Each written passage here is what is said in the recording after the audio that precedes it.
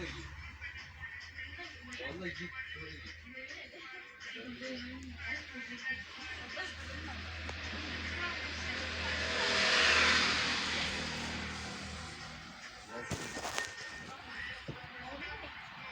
50 mi yazdın o zaman?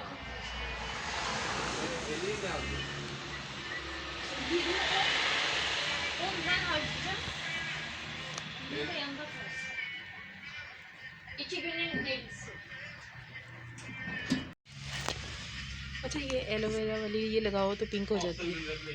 लगाओ ना, लगाओ फिर रेड हो जाती है।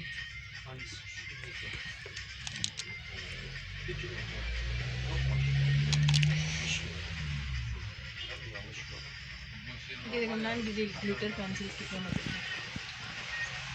नहीं नहीं बस निकल गया। चलो आओ चलो। निकल गए कहाँ गए अम्मा वो? अच्छा ये रही।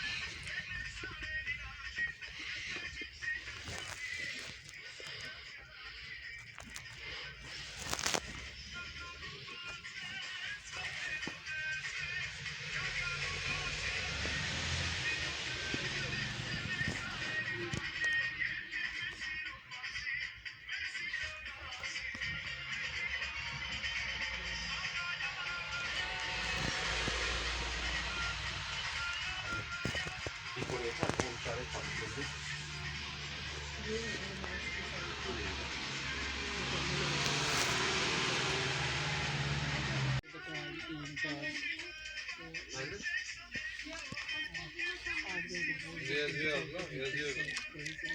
İlk başta hepsi olmaz. चला बदले के काम पे जब हम बहुत परेशान तो किया भी नहीं। चलिए काम तो पता है कि देखना चाहिए।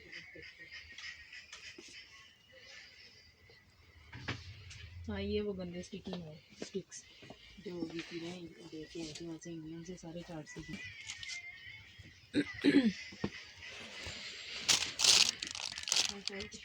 बड़ी और कितनी महंगी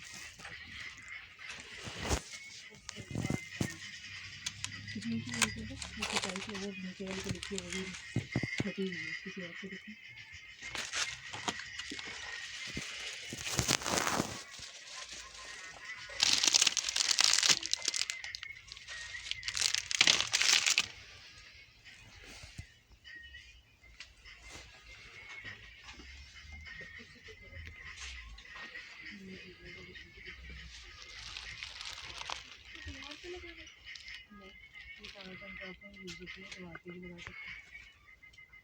लगा